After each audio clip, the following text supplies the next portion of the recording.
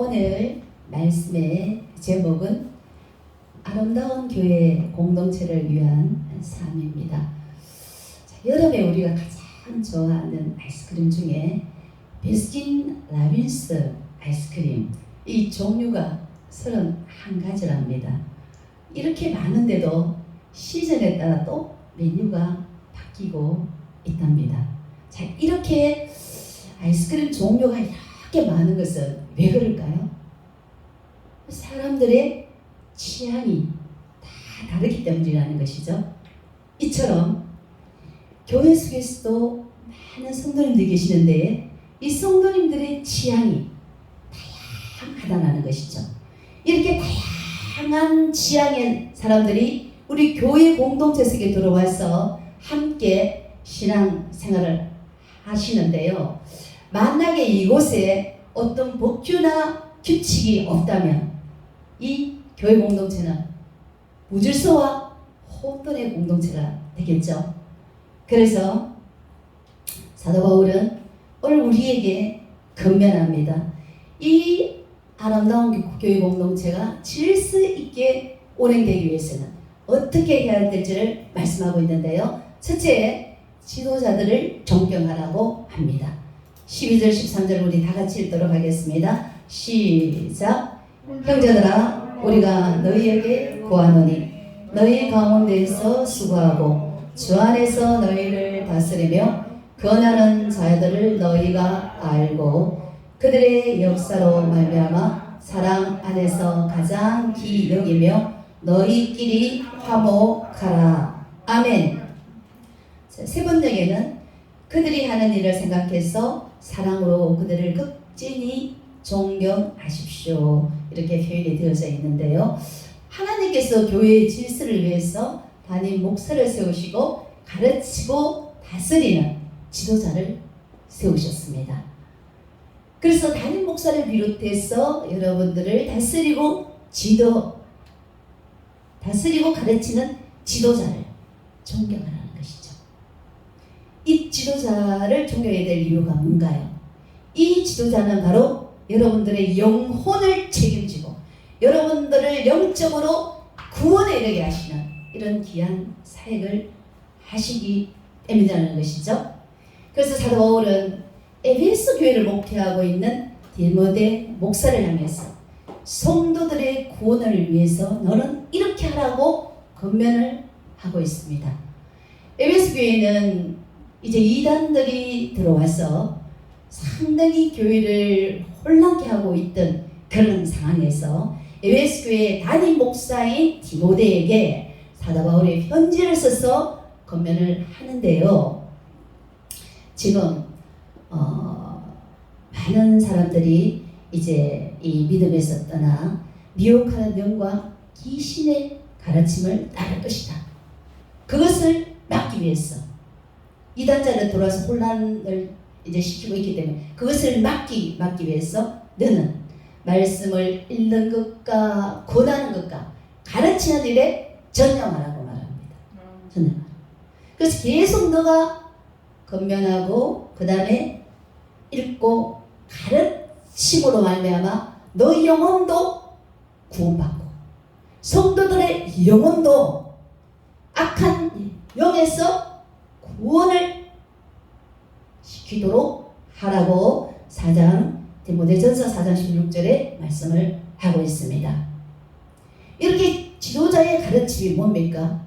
지도자가 여러분들에게 말씀을 전하는 것은 여러분들의 영혼을 관리하기 위해서 여러분들을 이단의 미혹과 귀신의 가르침에 빠지지 않기 위해서 가르치기 때문에 여러분 결국 여러분들의 구원을 담당하고 있기 때문에 여러분들은 담임 목사와 또 지도자들의 말씀을 듣고 그들을 존경해 주라는 겁니다. 자, 오늘날에 우리 기독교를 믿다가 슬프게도 신천지라든가 이단에 빠지는 많은 성도님들이 있습니다. 자, 이 성도님들이 왜 그렇게 이단에 빠져갔을까요? 바로 하나님의 말씀을 그들이 듣지 못하고 가르침을 제대로 받지 못했기 때문이라는 겁니다. 오늘날에도 여러분들을 가르치려고 목사는 준비하고 있는데 여러분은 바쁩니다. 그리고 여름에 덥고 오기가 거리가 멀어서 귀찮아서 오기 싫습니다. 여러분 이렇게 되는데 거절을 하는데요. 이렇게 계속해서 말씀을 거부하게 된다면 여러분 어떻게 될까요? 사람의 권문처럼 여러분들이 영원히 미혹하는 영과 귀신의 가르침을 여러분 따라갈 가능성이 있는 겁니다. 그렇기 때문에 항상 여러분들을 가르치는 이 교회에 오셔서 여러분 말씀을 듣고 배우고 여러분 그렇게 계속해서 여러분 영혼을 성장시켜 나가야 된다는 것이죠. 자, 앞으로도 우리 교회가 이제 양육 프로그램을 좀 더 만들어서 좀 더 성도들을 집중적으로 영적으로 말씀을 가르칠 예정인데요. 여러분 많이 나오셔서 여러분 사도 바울의 권면 디모데전서 4장 16절의 말씀처럼 열심히 말씀을 들어서 여러분 구원의 완성을 이루시기를 바라겠습니다. 그래서 지금 더욱더 오늘 여러분들이 마음속에 큰 깨달음을 가져야 될 것은 이 지도자가 가르치는 말씀을 여러분 믿어야 된다는 겁니다. 그 가르침을 여러분 잘 받아야지 여러분들이 영혼이 구원되어진다는 것이죠. 악한 영이 여러분들 유혹합니다. 이단자들이 여러분을 유혹합니다. 그런 말씀을 여러분들이 제대로 하면 절대로 그 이단자의 꼬임에 넘어가지 않기 때문에 결국 여러분들이 구원을 받게 되거든요. 저와 여러분들의 구원을 위해서 여러분 말씀을 배우는 장소, 이 장소에 여러분 나오셔서 여러분 구원의 완성을 이루시길 주님의 이름으로 축복합니다. 두 번째로는 형제들의 관계의 그 어떤 섬김에서 인내하셔야 하겠습니다. 14절 다 같이 읽도록 하겠습니다. 시작. 또 형제들아 너희를 금면하노니 게으른 자들을 공개하며 마음이 약한 자들을 격려하고 힘이 없는 자들을 붙들어주며 아멘. 본절에서 게으른 자들을 공개하며 게으른 자들은 자기에게 주어진 일을 하지 않고 남의 신세를 지며 사는 게으른 자들을 의미하는데요. 이들은 4장 11절의 말씀이 뭡니까?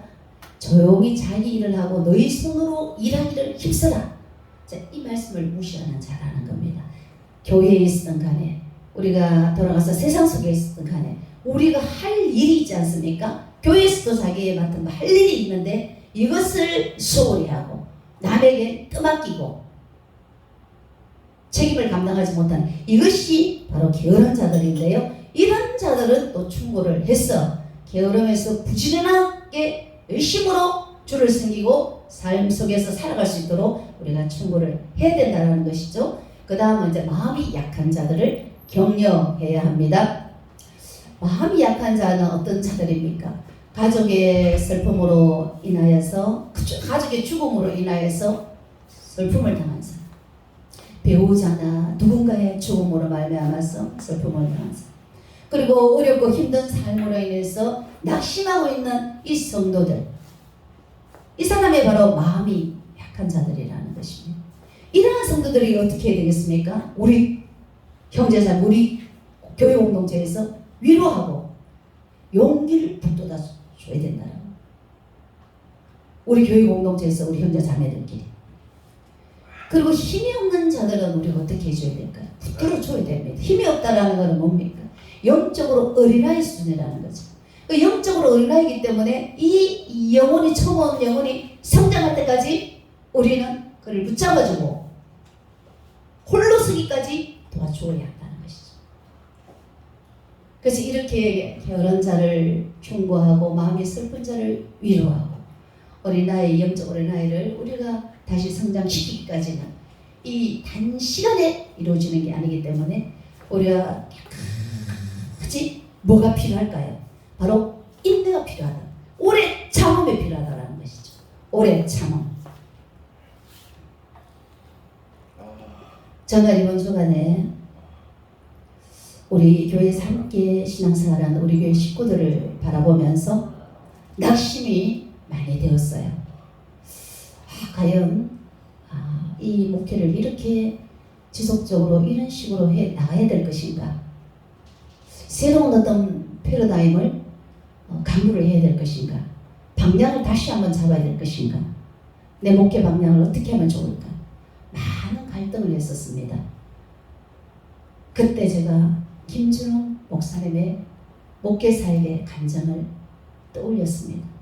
김준홍 목사님이 빈민촌에 가서 그 어렵고 힘든 사람 밀가루 한 포대 주면서 넉마주의 그 쓰레기를 주워서 밀가루 없는 가정에 밀가루 갖다 주고 아픈 환자를 얻고 병원에 가고 이 일을 실천을 하면서 김준홍 목사님이 너무나 힘이 들어서 교회 간판 내리고 이제 교회를 다 접으려고 하는 그 시점에 어떤 집에 마지막에 들어갔는데 그 아이들이 노점상을 하는 어머니가 어떻게 뭐 이제 불법 노점상으로 구치소나 이렇게 가고 어머니가 없는 상황에서 아이들이 몇 명이 울고 있는데 배고프고 그런 상황에서 울고 있는데 그 아이들의 눈방울에 보면서 예수님을 발견했답니다. 그러고 난 뒤에 다시 간판을 올리고 목회를 했다라는 그 말씀을 제가 이렇게 떠올리게 되어졌고 그 시점에 보니까 1974년도에 너무나 제가 그 내용을 보고는 많이 울었어요. 김준호 목사님과 함께 성자로 소문난 오노 그분 제가 세계 원고에 원래 작성을 해놓고는 분량이 많아서 그 내용을 뺐거든요. 예, 그분하고 같이 어떤 이제 목사님이 안내하는 소녀의 집에 갔을 때요. 1974년도에 갔는데 아이가 굉장히 이렇게 누워있다. 우 소리가 계속 우 소리가 들려서 보니까 아이의 옆구리는 앙상한 뼈가 남았고 무릎에도 뼈가 남는데 거기에 정말 표현하기에 좀 너무 정말 좀 그런데 그곳에 이제 파리가 앉고 결국 구더기가 그게 보글보글하고 그 당시 1974년도에는 상당히 그런 아이들이 많이 있었잖아요, 여러분. 그 당시는. 그래서 그거를 김준홍 목사님이 손으로 다 파내더라는 겁니다. 옆에 목사님도 같이 침을 발라가면서 그 내용을 보면서 그래서 그 옆에 목사님이 저는 이 아이들을 본교하면서 정말 이곳에서 내가 신학교에서 받은 교훈보다 더 큰 교훈을 얻었습니다. 그래서 많은 이제 교훈을 얻고 이제 많은 이제 그 교훈을 얻은 이제 말씀을 하시는데 제가 거기에서 많이 울면서 제가 다시 참 거기에 비하면 나의 목회는 정말 너무나 편한 목회구나. 너무나 편한 목회구나. 이렇게 생각하고 다시 힘을 얻게 되었습니다. 그래서 우리 식구들이 대부분 이제 어린아이 수준이기 때문에 저희 손길이 많이 필요해요. 가르침을 주어도 변화가 안 나서요. 세상 말로 재미가 없는 것이죠. 어떨 때는 나도 지치는 거예요. 예. 이런 우리 교회 성도들 보고 주님은 뭐라고 말씀하셨을까요? 주님은 내가 그 영혼들을 위해서 십자가에서 그 영혼들의 구원을 위해서 내가 끝까지 수치와 모멸을 당하면서 나는 인내하고 참았다. 끝까지 너는 참으면서 그 영혼들을 켜라는 주님의 음성이 아니겠습니까? 어떤 목사님은 우리 교회 와보고 성도들을 보고 이렇게 말씀하세요. 목사님 교회 가보니까 목사님 교회에 그 성도들 켜하는 목사님 너무 힘이 들겠습니다.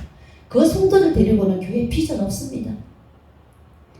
어떤 권사님은 목사님 이 성도들 데리고 목회하시는 우리 목사님 너무 힘들어 보이세요.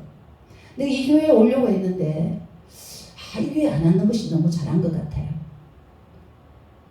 하나님께 힘든다고 이 교회에 오지 않게 한 것 같아요. 과연 여러분 이분들의 말씀이 맞을까요?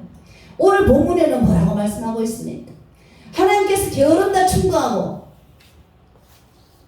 심한 고난과 시험으로 놀며 힘들며 살고 있는 성도들을 붙잡아주고 영적으로 약한 자들을 다시 믿음으로 성장하도록 그 일을 내가 감당을 하라고 말씀하십니다. 그래서 저희 마음에 포기가 아니라 뭡니까? 계속하는 음성이었죠. 이것이 바로 목회의 인내고 여러분의 삶 속에도 인내가 필요하다는 거죠. 여러분 혹시는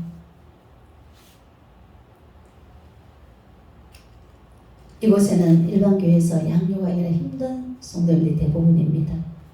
그래서 성도들끼리 서로 힘을 주고 사랑하고 도와주고 건배를 주면서 동반성장하며 축복을 누리며 행복을 누리는 것이 오늘 사도 바울이 우리에게 건면하는 메시지가 아닐까요?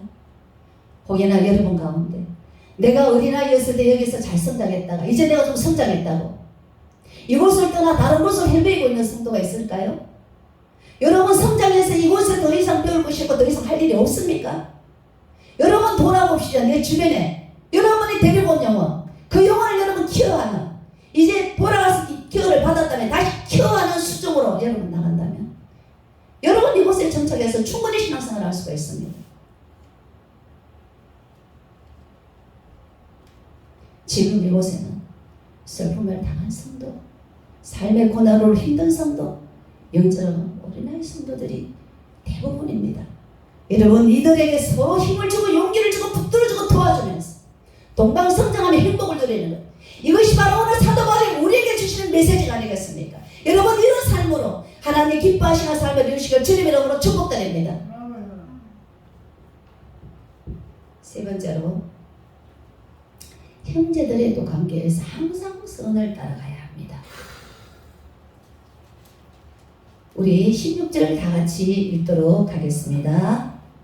3가 누가 누구에게든지 악으로 악을 갚지 말게 하고 서로 대하든지 모든 사람을 대하든지 항상 선을 따르라. 아멘. 자, 유대인들은 어떻게 했습니까? 출애굽기 21장 23절 25절에 보면은 눈은 눈으로, 이는 이로, 생명은 생명으로, 손은 손으로, 발은 발로, 뭐 이렇게 그 사람이 나한테 해주는 대로 보복을 하라. 뭐 이렇게 잘못 인식을 하고 이제 지키려고 했는데, 사실 이 말씀은 뭡니까? 이 말씀의 진정한 뜻은 법의 정신의 입장에서 공정하게 재판을 하고 피해를 준 상대방에게 보복하라는 뜻은 아니라는 것이죠. 자, 우리 신약에 어떻게 말씀하셨을까요? 로마서 12장 17절에 사도 바울은 아무에게도 악으로 갚지 말라. 모든 사람 앞에서 선한 일을 다 모아라. 모든 사람과 더불어 화목하라. 너희가 친히 원수 갚지 말고 하나님께 맡겨라. 그러면 하나님 그 사람의 머리에 숯불을 쌓는 것과 같다. 오히려 너희 원수가 목마르거든 마시게 하라. 배고프거든 먹이도록 하라. 손으로 악을 이기라고 말씀하고 있습니다. 그래서 우리가 누군가 나의 악하게 대한다고 했어, 그 사람을 보복하겠다, 안갚음을 하겠다, 이런 마음을 버려야 된다는 거죠. 아멘. 오히려 너희를 비판하는 자를 위해서 기도하라고 말씀하셨고, 예수님이 형제를 죄를 이런 것이 7번이라도 용서하라, 서로 사랑하라, 오히려 원수를 먹이고 입히고 피를 채워주라는 것이죠. 네, 이러한 말씀대로 여러분 형제의 악한 행동에 대해서 여러분 선을 따르는 행위, 이런 삶이 우리에게 요구하시는 말씀이라는 거죠. 이제부터 저와 여러분들은 가갖고 있어.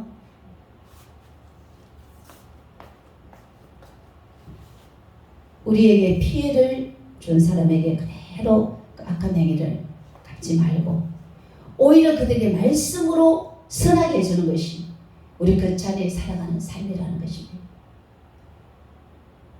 대신에 우리에게 피해 준 사람은 누가 해결해 주실까요? 심판은 하나님께서 하십니다. 우리는 하나님께 다 맡기고 그 원수의 머리에 숯불을 쌓는 것과 같게 우리는 뭡니까? 그에게 선으로 그 악함을 이겨야 된다는 겁니다. 그 악을 되씹고 곱씹으면 그 악에게 여러분 지는 것이에요. 악을 말씀으로, 선으로 일하는 말씀으로 이기는 말씀으로 여러분 이겨나가야 된다는 겁니다. 그래서 우리 교회 공동체 형제를 향한 인간관계는 뭡니까? 항상 선을 따르고자 하는, 하나님의 말씀에 따라서 행하고자 하는 여러분 이런 삶을 살아가심으로 아름다운 우리 교회 공동체를 이뤄나가시기를 주님의 이름으로 부탁을 드리겠습니다. 말씀을 믿겠습니다. 아름다운 교회 공동체는 어떻게 가능할까요? 영혼을 책임지는 목사와 여러분들을 다스리고 지도하는 그 가르치는 지도사들에게 여러분 순종하고 존경하라는 겁니다. 그리고 형제들, 우리 자매들과의 관계에서는 어떻게 해야 되겠습니까? 슬픔을 당한 자거나 아니면은 또 고난 가운데 힘든 성도, 또 영적으로 어린아이 성도, 이 사람들에게는 이제 위로해주고 용기를 주고 붙들어주고 여러분 도와주고 이렇게 여러분 끈끈한 관계로 갖춰야 된다는 것이죠. 그리고 마지막에 이걸 하기 위해서 뭐가 필요할까? 인내가 필요하잖아. 인내. 여러분 인내가 필요한데요. 반드시 여러분 마지막까지 중간에 포기하지 말고 인내를 이루셔야 됩니다. 인내. 예, 그렇게 이제 세 번째로는 뭡니까? 아름다운 교회 공동체를 위해서는 여러분 악에게 지지 말고 항상 선하게 형제들과 여러분 교회를 떠나 밖에서 생활할 때도 역시 그러한 삶을 사셔야 된다라는 겁니다. 자, 이런 말씀을 기억하고 실천함으로 아름다운 우리 교회 공동체를 이루고 아름다운 여러분들의 삶이 되시기를 주님의 이름으로 축복합니다.